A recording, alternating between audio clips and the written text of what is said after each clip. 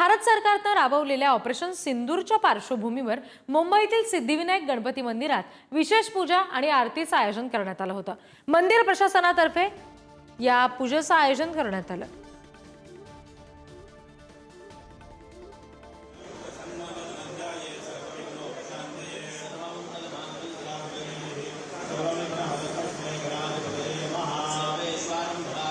दृश्य आपण पाहतोय, सिद्धिविनायक गणपती मंदिरामध्ये विशेष पूजा ऑपरेशन सिंदूरचं कौतुक करण्यासाठी केली जाते। ही दृश्य आपण सध्या पाहतोय।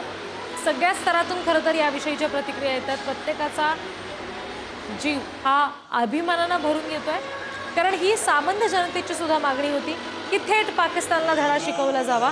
त्यांनी जसं इथे येऊन नुकसान केलेलं आहे तसंच त्यांचंही नुकसान व्हावं, आणि तीच नुकसान होतानाची दृश्य सुद्धा यापूर्वी आपण स्क्रीनवर पाहिलेली आहेत। आणि आत्ताची ती जी दृश्य आहेत ती मुंबईतली आहेत, सिद्धिविनायक गणपती मंदिरातली आहेत। या ठिकाणी पूजा सुरू आहे, विशिष्ट अशी विशेष पूजा ठेवली गेली आहे आणि सिद्धिविनायक गणपती मंदिरात ही विशेष पूजा संपन्न होती। त्यासाठी ॲडव्होकेट किरण शेलार हे सुद्धा उपस्थित आहेत।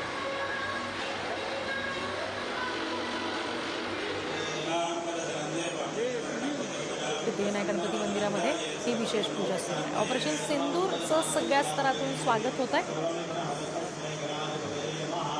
आणखी तपशील आपण घेणार आहोत। प्रतिनिधी शिल्पा नरवडे सध्या आपल्याशी जोडल्या गेलेल्या आहेत, त्यांच्याशी आपण या सगळ्या संदर्भात बोलूया। शिल्पा, आता तिथे विशेष पूजा सुरू आहे असं समजतंय, काय नेमकं वातावरण पाहायला मिळतंय?